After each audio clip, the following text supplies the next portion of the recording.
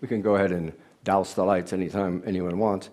Happy to see you all here tonight. I want to begin by congratulating Cindy Rogers for just a splendid exhibition. She's worked a good time for that.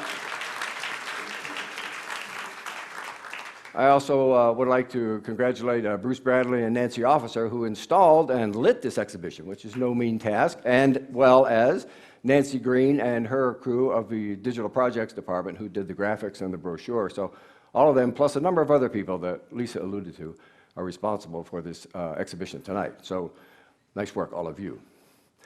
Well, my task, as I see it, is to explain where stellar astronomy came from, and in particular to explain why it was born really about 1850.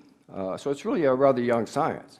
Since our exhibit covers the period from about 1480 to about 1850, this is an exhibit of, it's sort of a prenatal exhibit, I guess, an exhibit of a science waiting to be born, which I think is rather nice.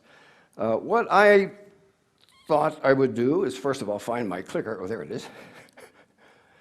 What I thought I would try and do is to talk about some of the more interesting episodes that occurred as the science was being born.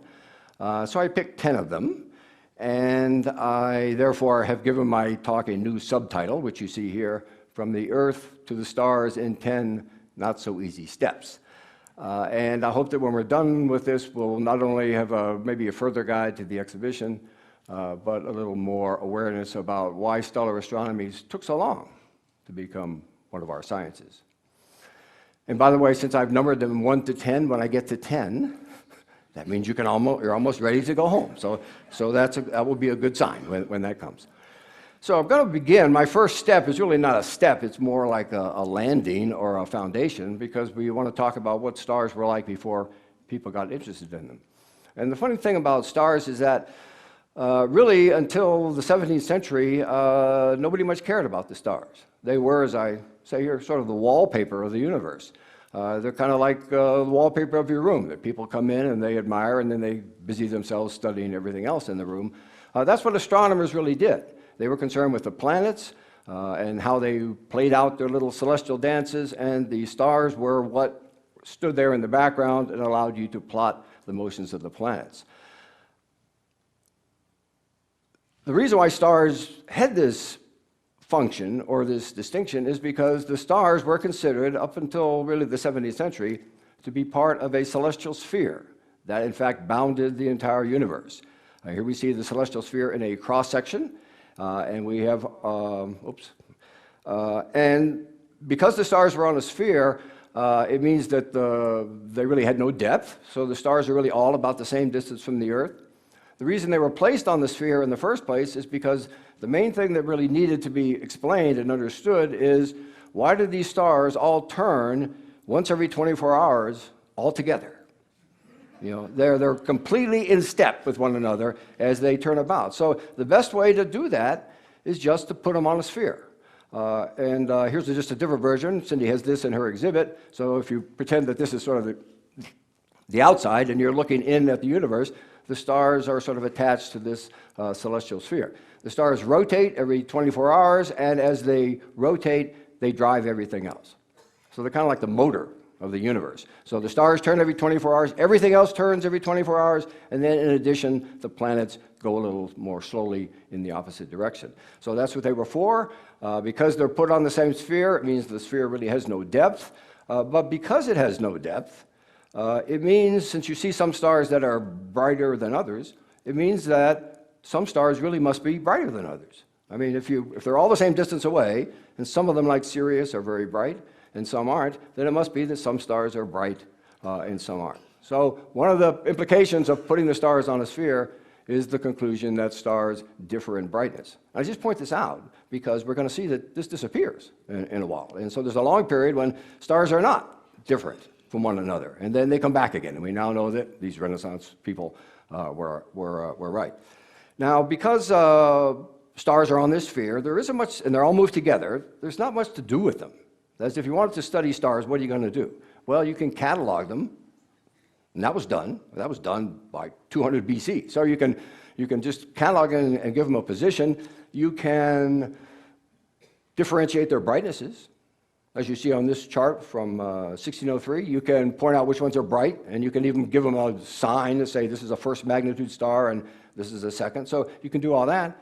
But that was all done in antiquity as well. So really, once you have cataloged them and put them into place, then all that's left to do is maybe publish an atlas like this one and show their positions. And otherwise, you just turn your attention to the planets because they do the interesting stuff. They speed up and slow down and get bright and dim, and the stars just don't do this. One of the things you could do, and this was done in this famous atlas of 1603, is you could come up with a way to identify the stars. So come up with a naming system. Now, the ancients did this. Ptolemy did this. Or, for example, Ptolemy talking about this would say, this star up here is the star in the left arm of Orion, holding the club. So you could give them a name like that, which is pretty good, actually, because it allows you to find it pretty easily. What Johann Bayer did in 1603 was to come up with a naming system that involved just assigning letters to the stars, sort of in order of brightness. So, for example, this star here, he calls this, it's the second brightest star in Orion, so he calls it the Beta star, and we call it still Beta Orionis. So it's a kind of a neat thing, and we're going to talk about a few stars that have these, what we call Bayer letters attached to them. Only the brightest stars, the ones you can see with the naked eye, have these kind of designations, but they're probably some of the most famous stars in the heavens. Here's another very famous one, probably the most famous Bayer star, which he calls Alpha Centauri, because it's the alpha star in the left foot there of the Centaur. All right, so that's where we start from. We start from a point where the stars are important to map, but once you've mapped them, they're just things to be left as a background, as a wallpaper to the cosmos. The next interesting thing that happens is when Copernicus proposes a new cosmology in 1543. Now, his intent is not focused on the stars. He's really more concerned with the center of the universe and the Earth's place in it. In this picture on the right, you see the diagram from his famous book, which we have in our collection here. And the big innovation is putting the sun in the center, and you all know this, I realize, and putting the Earth as a planet. So that's a novelty as well, because the Earth didn't move in the old system. And then the third novelty is rotating the Earth on its axis.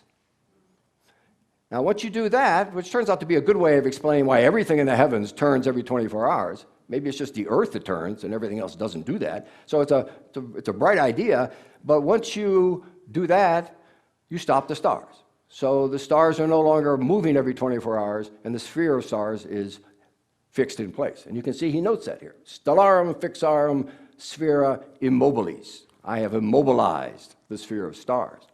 Well, once you do that, you sort of get rid of the reason why the stars are on the sphere in the first place. I mean, they're put on there to explain how they move, and now they don't move, so why do you need them on a sphere? That's going to take people a while to figure out that, but that will happen. This is an illustration 100 years after Copernicus, and in this illustration, we still have the stars on a sphere. We now have the sun at the center and the Earth here, but so 100 years later, we still have this feeling that, well, the stars, they sort of belong on a sphere. That's what they've always been. But the fact is that the stars don't need to be on a sphere anymore. You can just set them loose if you want, and we'll see that happen. By the way, does anybody recognize this illustration, aside from Bruce Bradley? Well, if you go through the doors into the History of Science department, you'll see some nice etched glass doors. There's a design on it. And that etching on the History of Science collection is taken from this illustration right here. Bruce Bradley designed this many years ago when we opened our new one, and it's really quite stunning. So go down there and see it sometime. Some people realized immediately that you can now set the stars free. This is a very famous picture. It is on display from Thomas Digges, who in 1576 took away the sphere and just has the stars drifting out, in this case, to the edge of the page. And then he says, deliberately, he says, the stars are infinitely up extendeth. So the notion that the stars might be infinite appears very quickly, but it's not a majority view. There are not a great number of illustrations like this that propose an infinite universe. This is from a book which is also on display, and I think there's a panel that shows this. This is from John Wilkins' Discovery of a New World and the Moon. And in this picture, we see the stars are now kind of loose from their sphere. Notice something also interesting about this. The notion that the stars are different, that some are bigger than others and brighter than others, that has continued here. Even though the stars are on a sphere, we have some stars that are bigger and some are brighter. And most of the 17th century pictures tend to show this. Here's a stunning illustration this is also on exhibit, that shows the solar system. And now the stars really are kind of drifting away and some of the stars even have names in this case, and some of them are bigger and some of them are smaller. Notice, however, that no one is showing the solar system as a little dot with stars spread out almost indefinitely. It's still kind of a cozy universe. There may be no sphere, but the furthest star is maybe twice as far away as the nearest one. It's not like we're even close to an infinite universe. So that's an important step. We now have the possibility of taking the stars off their sphere, and gradually that sphere is going to disappear. Third, Galileo. We're honoring Galileo this year. We honor him every year, but this year in particular, because it's the 400th anniversary of the book that I'm going to show you right now, the Sidereal Nuncius, the Starry Messenger. So we've celebrated this several times already this year. This book is about lots of things, about Jupiter's moons and about the moon, our moon, but there is a pair of pages in there that talk about the stars. And what Galileo discovers when he looks at the stars with his telescope is that, first of all, there are a lot more of them. And this shows, this is Orion and his sword. Here are the belt stars of Orion, and this is the sword down here. These are the Pleiades over here. The Pleiades, with your naked eye, you can see 6 stars, unless you lie and say you can see 7, but nobody really can. And in this, there are about 35 or 36, so you can just see a lot more. So that's interesting. I put together a little comparison on the lower part of Orion to show you what you could see before the telescope and what you couldn't. This is the picture we looked at before from Bayer's Atlas, and actually this page here shows this section right here. So there may be a dozen stars in here, and there are 60 or 70 over here. So there are a lot more stars out there. And when you think about it, that's interesting, particularly if you think that God made the universe sort of for us to admire. Well, how come he made some stuff that we can't even see, until we have a telescope? People will wonder about that. The other thing that Galileo notices, interestingly, is that when you look at stars through the telescope, they don't get any bigger, unlike the planets. The moon gets bigger and the planets get bigger, but stars get smaller, if anything, suggesting that stars really are very far away. There'll be a lot of clues to this we'll see as we go along, but this is one of the first ones, as stars as viewed through the telescope. The other thing that Galileo sees with his telescope, the other thing he looks at, is the Milky Way. And the Milky Way is this band, this diffuse band. You don't see any stars in it with the naked eye.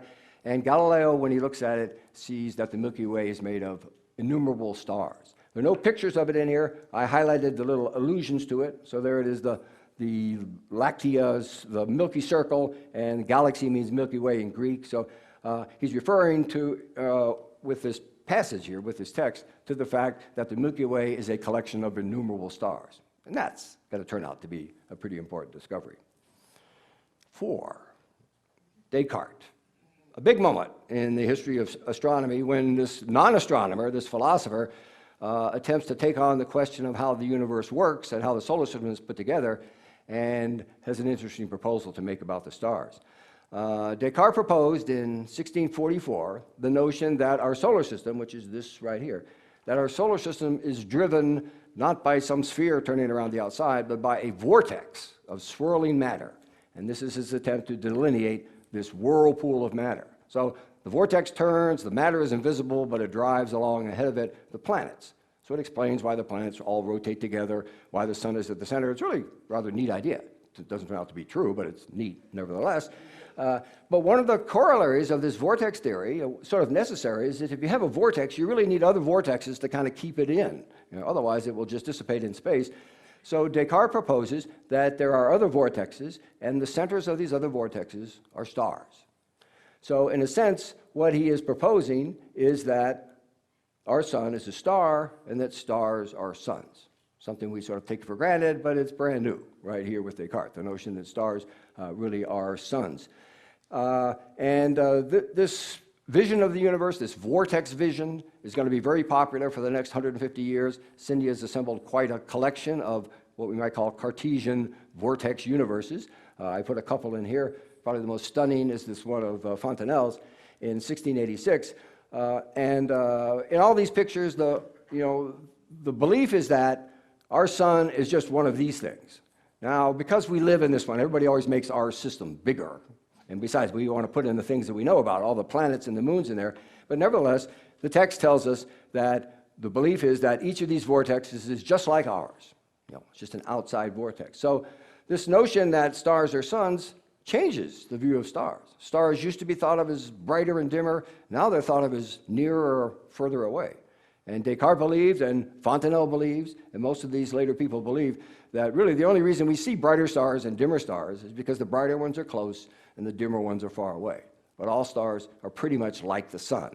And that will sort of be the general belief for about the next 150 years. Here's yet another picture. We have a wall panel that shows this, as well as the book on display. And again, the premise behind all of these is that the stars are all the same. All right, fifth. You've probably thought already, why isn't somebody trying to figure out how far away these things are anyway? Well, they weren't doing it because it's a pretty difficult problem. The tools to measure the distance to a star were recognized right after Copernicus, but as we're going to see, it's going to be a long time before someone can put them into practice. The first attempt that we have, or at least that I'm going to talk about, at measuring a stellar distance comes from James Gregory, who is a Scotsman, who at this time was down in London, but what he tried to do is to measure the distance to Sirius.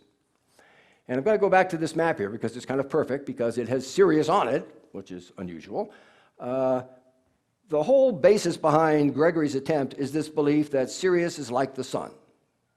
So if Sirius is like the sun, then it might be possible to sort of guess how far away Sirius is so that it appears as dim as it does. You know, you can just sort of move it away, move the sun away until it's as bright as Sirius, and you'll know how far away it is.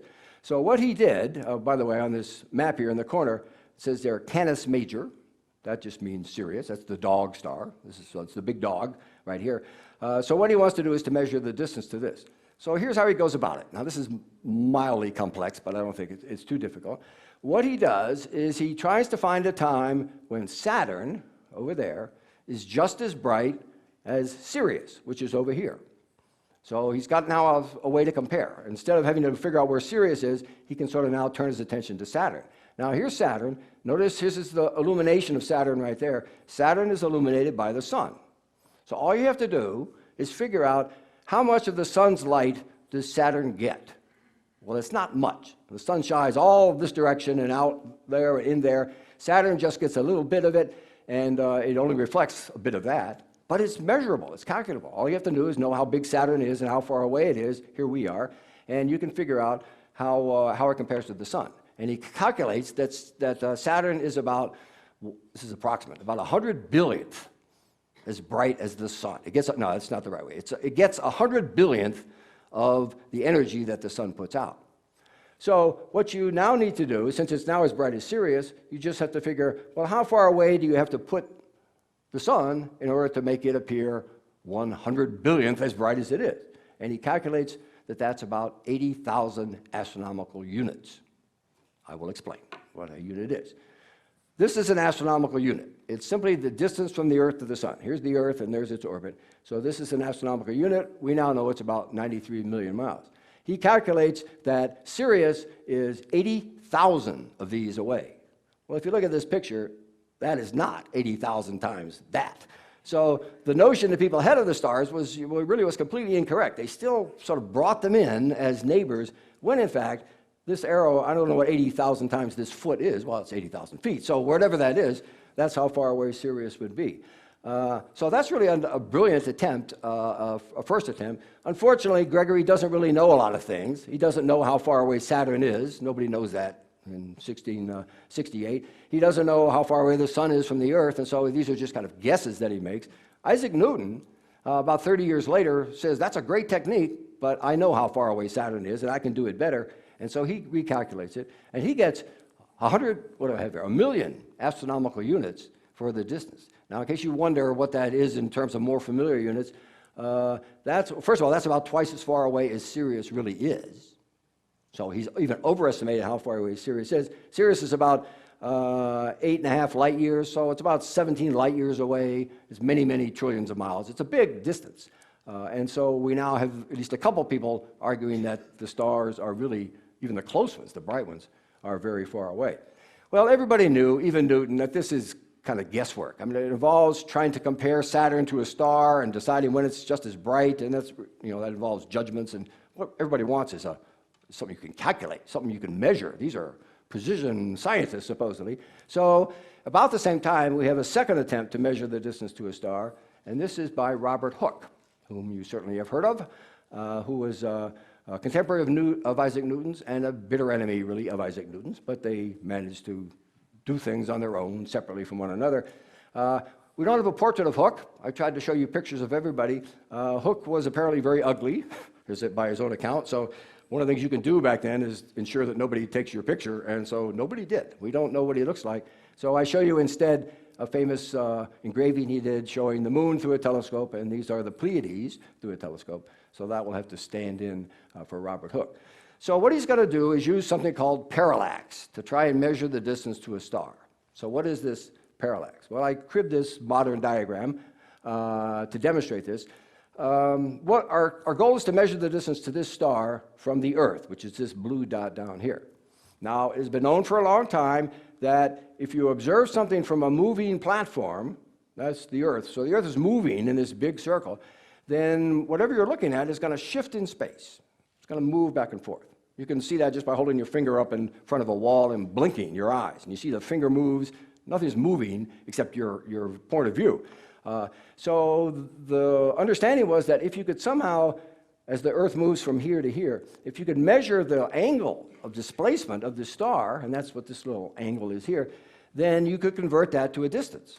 Because if you remember your Euclid, I'm sure you all do from sixth grade or whatever, this is a triangle. We know the base of this triangle. It's a right triangle. We know this angle, or we're trying to measure this angle. So therefore, you can measure this. That's what you want, the distance. So Hooke is really the first person to attempt to measure the stellar parallax of a star. Now, the problem with stellar parallax, and what put many people off from even attempting it, is that there's a problem with trying to measure the position of a star. It's called refraction, or sometimes atmospheric refraction. When light comes into the atmosphere, it gets bent, sort of in this direction. So if you're looking at a star over here, the starlight comes in and it gets bent here, and when you look at it, you think it's over here. And this refraction is really profound at low altitudes. And so if you really want to measure the position of a star, pick one that's straight up, like this one here, and then there's no refraction. The light just comes straight in. So what Hooke wanted to find was a star that was straight up. So he found one. This is a nice map that shows the constellation of Draco. This is the dragon here.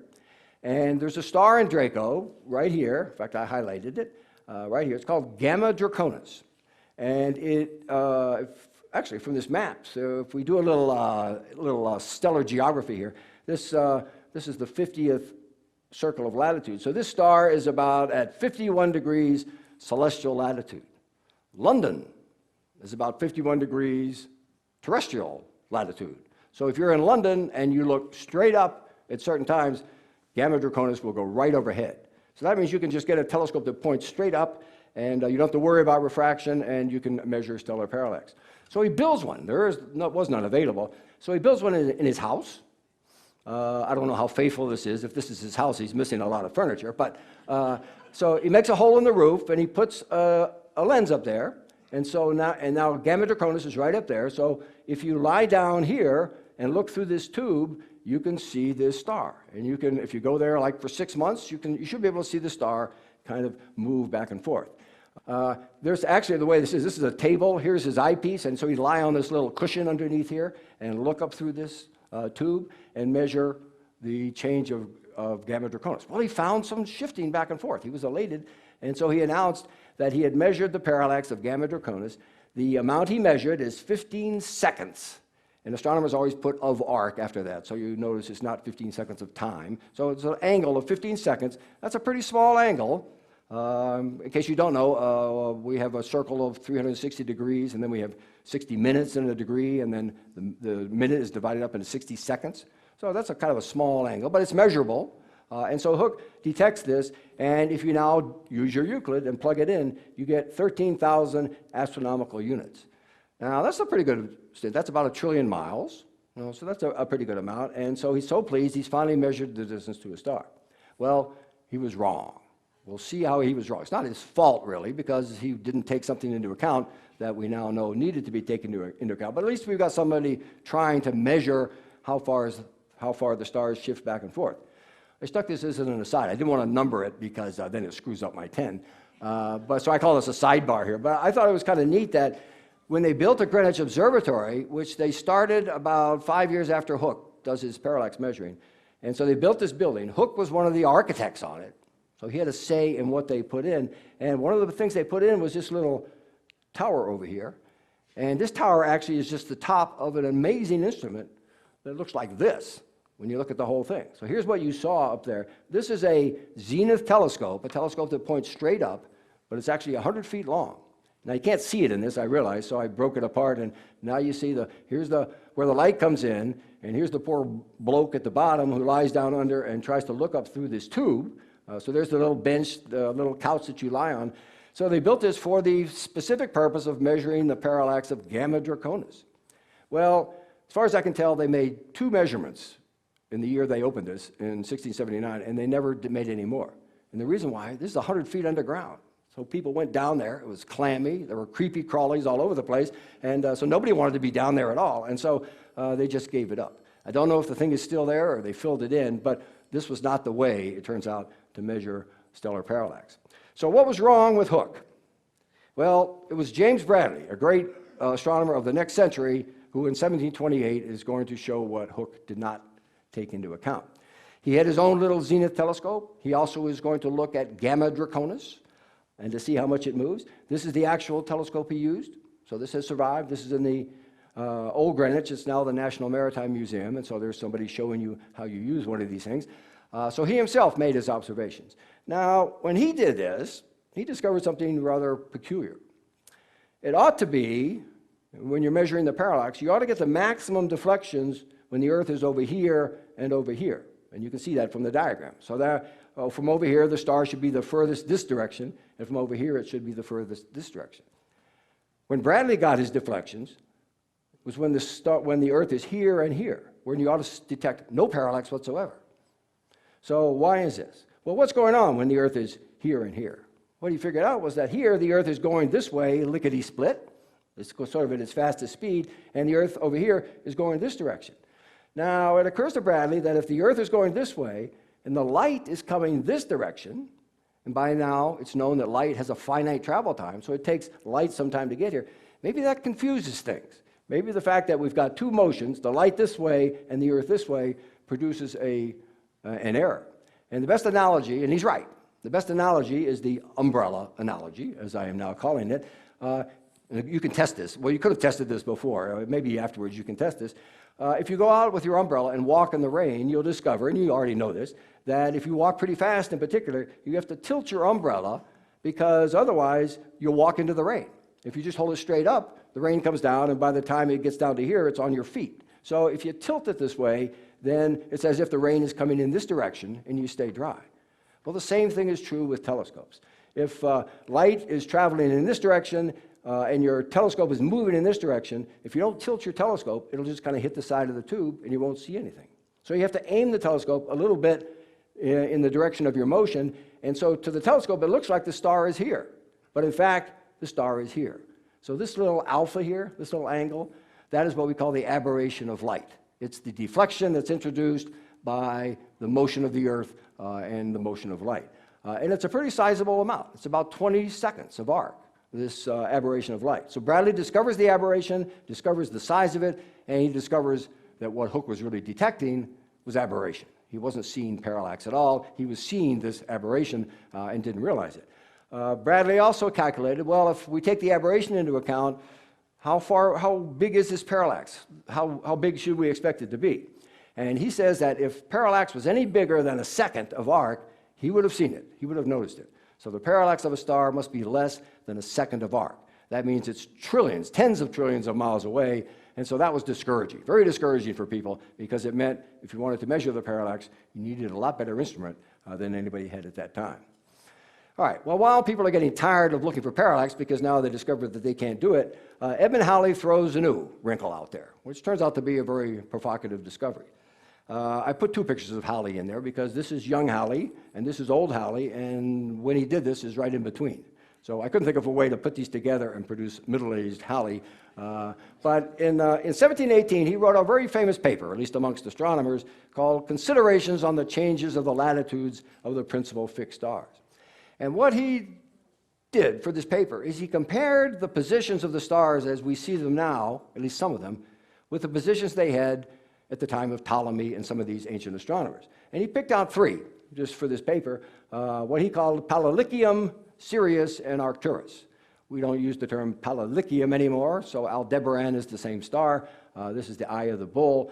And so what he discovers is that these three stars are not in the same place that they were when Ptolemy put them in his catalog back in 140 AD. In case you don't know, and just to liven this up here, I'll show you some nice pictures of Sirius. So there's the dog star right on the nose of this whippet-like big dog. Arcturus is in the knee of Boötes, this knee, so there he is over here. And then Aldebaran is the eye of the bull, right here. So these are three very prominent stars, and what Halley discovers is that these stars have moved since ancient times, about a half a degree in latitude. It's about the amount that they've moved. So what he says, and what we call this discovery, we say that Halley discovers that stars have a proper motion. Proper in the sense not that they're kind of polite, but that they have their own motion, as opposed to some motion caused by the motion of the Earth. So stars have their own motion, their proper motion, and what this means is that the stars really are not fixed after all.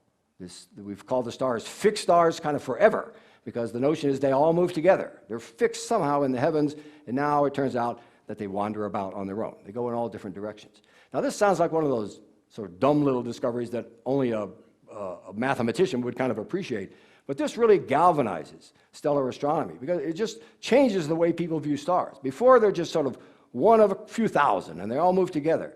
Now they're kind of independent. Sirius goes this way, Arcturus goes this way, and now they seem to be worthy of the study of astronomers. And it's, I think, mainly for this reason that stellar astronomy begins to build up steam in the 18th century.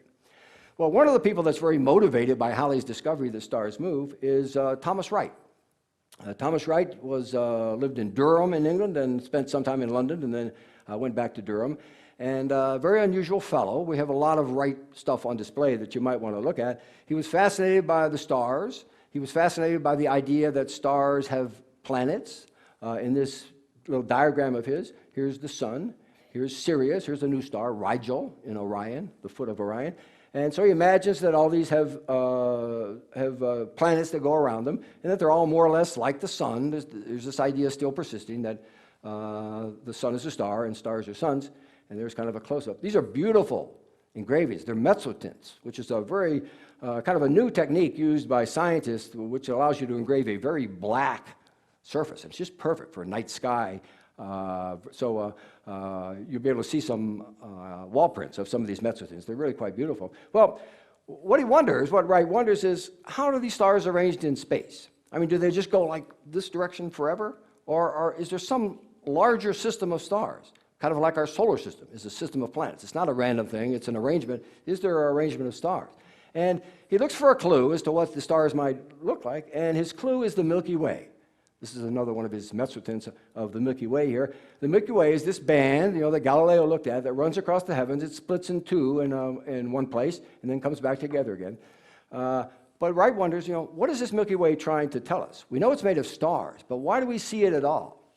And here's another drawing of his, another mezzotint that shows just a piece of the Milky Way, a very beautiful depiction of the individual stars that make it up.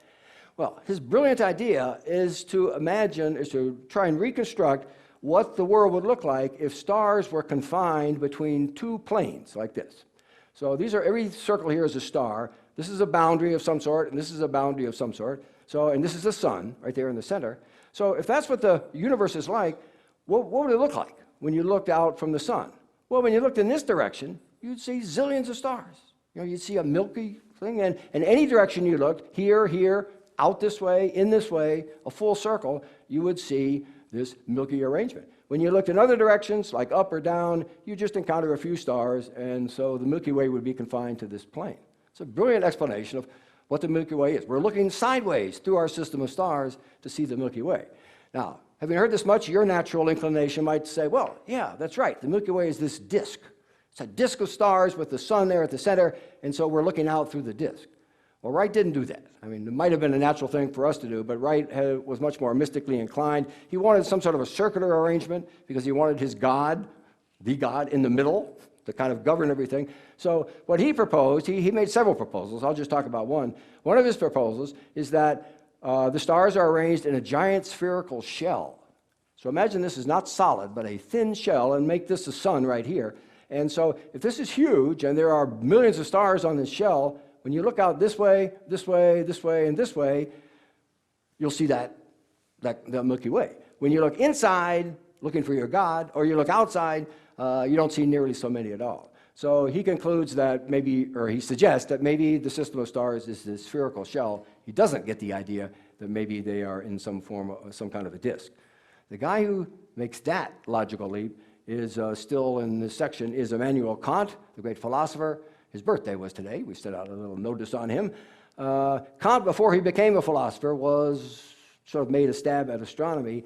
And he didn't read Wright's book, but he read a review of Wright, so he got this notion that maybe the Milky Way is this clue. And the other clue that Kant had was the existence in the heavens of things like this. We call this a nebula, and this particular one is the nebula in Andromeda. This picture is a little bit later than Kant, but we did have pictures of it at this time.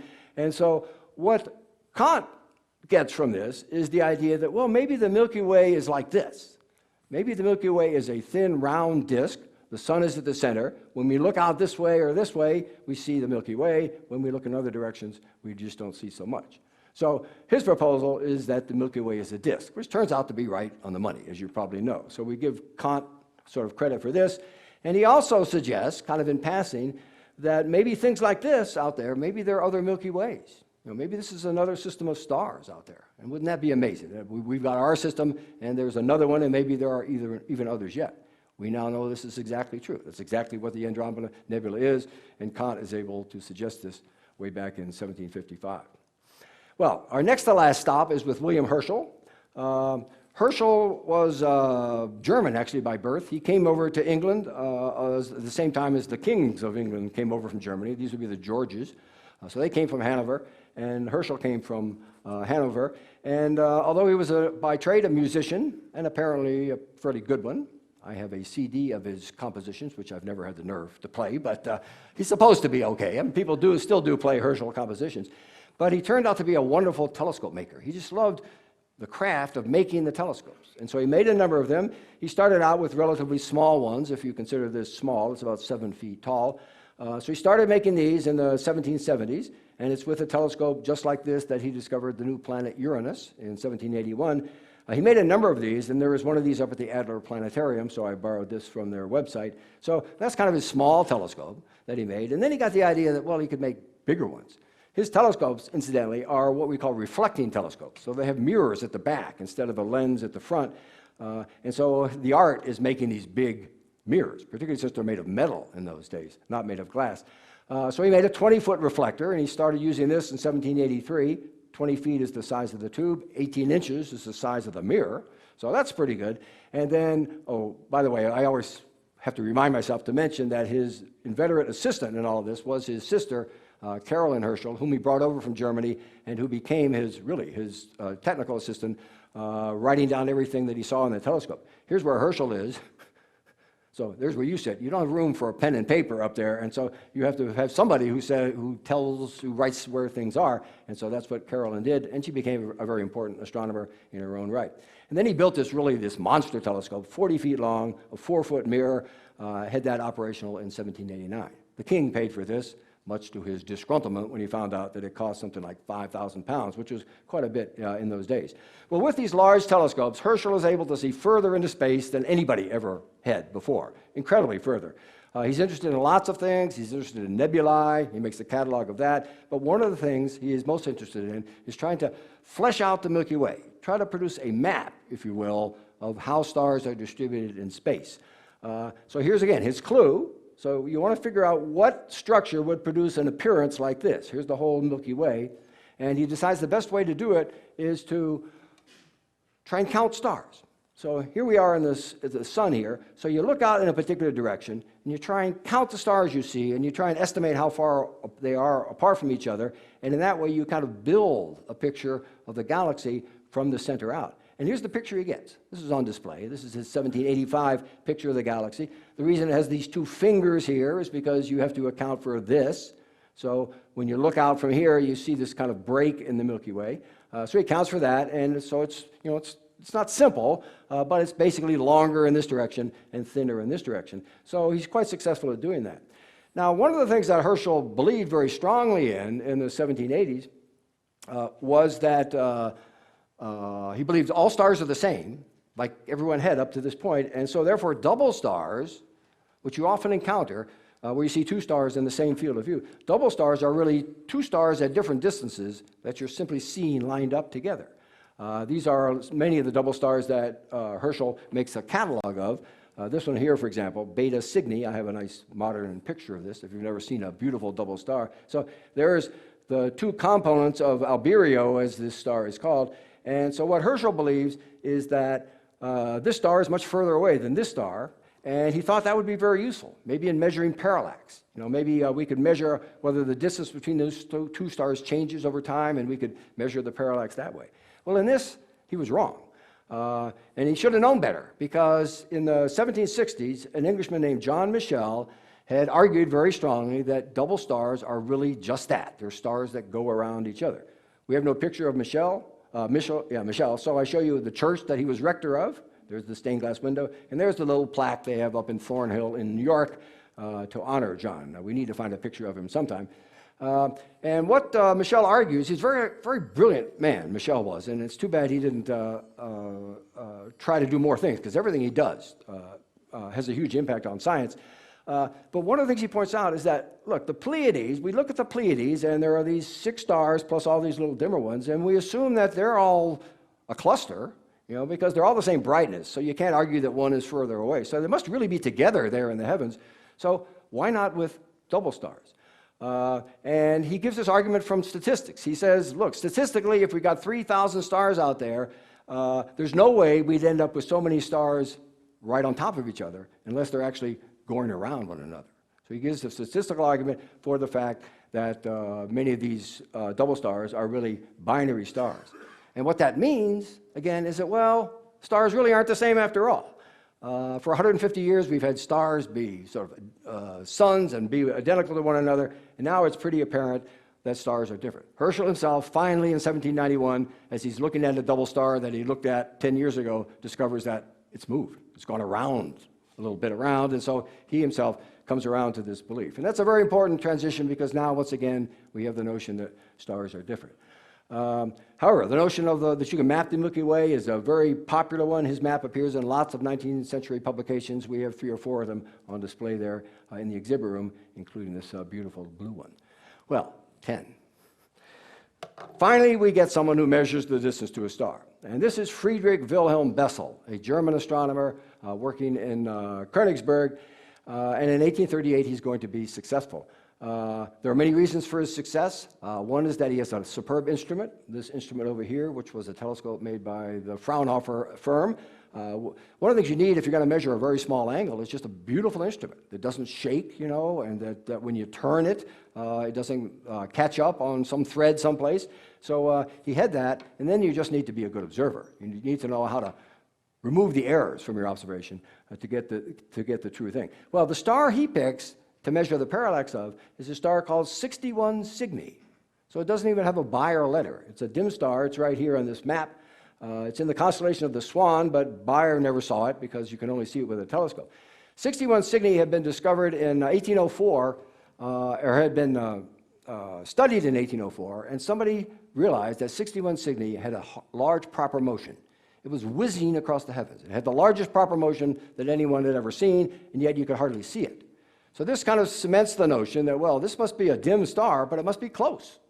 So stars can be bright, they can be dim. This star is very close because it's moving so fast, and yet we can hardly see it. So Bessel picks it as something to study. It's reasonably high from his observatory, and so he attempts to measure the stellar parallax, and he is successful. He measures a parallax for 61 Cygni of 0.3 seconds, so a little fraction of a second. That translates to, in miles, 66 trillion miles. It's about 11 light years, if you translate that into light years. But whatever, it's an incredible distance away, and it has now been measured. It has not been guessed at or estimated. The distance has been measured. And he was remarkably correct. He got really about 10.4 light years, and it's about 11.4. He came very close to the absolute value. Well, this opened the door to stellar astronomy. This was the birth, really, of stellar astronomy, because immediately other people, using his technique, measured the distances to other stars. This is a map sort of our stellar neighborhood, as it might have been known within 20 years after Bessel. And so here's 61 Cygni, so we know how far away that is.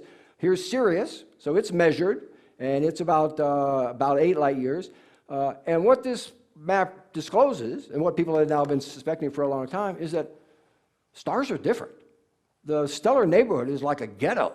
I mean, there's every kind of thing in it. There are these big, bright stars like Sirius and Procyon. There are these little dim stars. There are red stars and yellow stars. There are all sorts of things. And so this discovery that stars are so different from one another just galvanizes astronomers into making stellar astronomy their focus. It'll be helped on within about 10 years with the discovery of spectroscopy, which will give us another tool for studying the stars. But it's really the discovery of how far away the stars are and what our stellar neighborhood looks like that makes stellar astronomy respectable. All right, well, that's sort of the end of our tour. What we've tried to show here is what's involved in thinking outside the sphere, to use Cindy's very clever title for this. It was very difficult to get outside the sphere. The sphere is such a convenient notion. It's sort of comfortable to have a universe that's surrounded by stars, and sort of breaking through, as this supposed medieval monk is doing, and seeing what is beyond was a very difficult thing to do. But it was done. And it was done by the work of all these men that we've talked about. And I find it kind of interesting that these two illustrations here, the one we started with and the one we finished with, both date to 1888, the same year. This one here shows the world that was. You know, it shows the time when the stars sort of limited our view and confined us in. And this shows really the new world, the world in which stars have become some of the most wondrous objects in the universe. Thank you.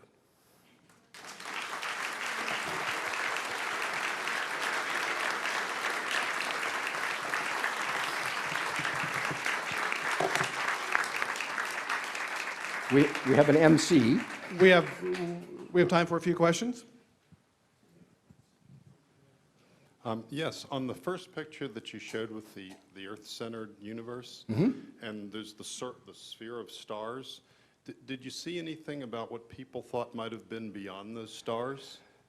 The infinity was a very uncomfortable idea for most of recorded history. And so the notion is that the stars are the limit, and that therefore there is nothing outside. So there's no notion that there's another universe, some other place. This picture here, no medieval person would ever have thought that you could somehow break through the stars and there's something out there. So the stars that's what God made. So God made the finite universe, and there's really nothing beyond. If that makes you uncomfortable to think that there's nothing, it didn't make anybody else uncomfortable, that there's a limit. There's a limit to the universe. Yes, sir? Yes, to the astronomer, the Earth and the Sun are very important, but to the cosmologist, one point of reference as a center is just as good as another. So where does that put this viewpoint? Well, you're talking about maybe a modern cosmologist. Yes, Yeah, that's certainly not the case in the period up until, well, even the 20th century. I mean, it made a big difference to a Renaissance cosmologist that the Earth was the center, and it wasn't an arbitrary choice. And so, and when Copernicus sort of tried to tweak things and put the sun at the center, the reason there was all this dissent is because it was moving the Earth out of its natural place. I mean, it's where it belonged. So, in a mathematical sense, your point of reference, is arbitrary to a mathematician, but it never was to a cosmologist. It never was. It wasn't until the 20th century that it was discovered that the nebulae were actually galaxies retreating from us. Had anybody tried to actually do parallax on those? Found that it was almost impossible because they were so far away? How come the technique wasn't used? Because they certainly were aware of these and were puzzled by them. Well, you can't measure the parallax of a galaxy. I mean, they didn't, they tried in the 19th century, sort of after our period. They tried to measure the parallax of some of the nebulae, but in those days, you couldn't measure the parallax to anything more than about 50 light years. And so it was a matter of distance. That's right. I mean, the parallax is just, I mean, even now, you can't measure the parallax of Andromeda. My question then becomes, how come they did not infer that they were that far away then? They couldn't measure it. and realized they were well past the stars that they were measuring. Well, because the stars they measure are just a tiny fraction of the universe. They could not measure all the stars in the Milky Way. So the question, so if you see one of these nebulas, you can't measure the distance to any stars that are around it. You have no clue as to how far away it is. And so the options are to say, like you said, well, maybe we can't measure the parallax because it's so far away. Or to suppose, as most people suppose, that this little cloud is just what it looks like. It's a cloud of matter that's forming a sun. You know, it's a sun in the process of formation, and it's in our Milky Way galaxy. And they simply couldn't measure anything to choose between them. And so that's why it wasn't until what you're referring to, until Hubble in the 1920s, that we finally find a way to measure the distance.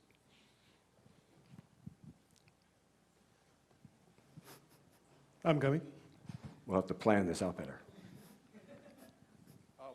When did they realize there was a southern hemisphere? Oh, you mean, And the impact, because it occurs to me that most of the people you're talking about were in the northern hemisphere, would never have seen the south stars. that's right. So they discovered most of the southern stars are discovered, Start is on Magellan's voyage, so he is a person that makes a record. So by 1600, we had pretty good maps of the southern stars, and we knew that the sphere, which, as you say, you can't see the whole sphere, but now we've seen it all, so you can see all the stars. And so that didn't really take very long. It took a long time to get them accurate, but you know, things like the Southern Cross, these famous asterisms, they're discovered in the 1550s. Yes, ma'am. You mentioned that stars are elsewhere than where they appear to be. When I look at the sun, let's say at the summer solstice, when it should be achieving its maximum northern declination, which is whatever, 23 degrees and 27 minutes, which is the latitude of San Antonio. Well, that's south of us. As the sun is setting, okay, that's southwest. The sun should be, but it's not, because I'm looking straight west and it's northwest. How Well, could the sun be so dislocated? I'll draw you a picture afterwards, but it has to do with the fact that in the summer, the sun travels a lot more than 180 degrees. It travels about 270, and so it starts out, if you look on in the east, it starts out way north of east, and then it gets up and it goes south, and it comes back and it sets way north of west. It's just, it's up in the air, it's up a long time, because that's why the days are so long. Mind-boggling. I could. Yeah, I'll draw you a little picture afterwards. Thank you. And you can see, yes. And thank you, Dr. Ashworth. You're welcome.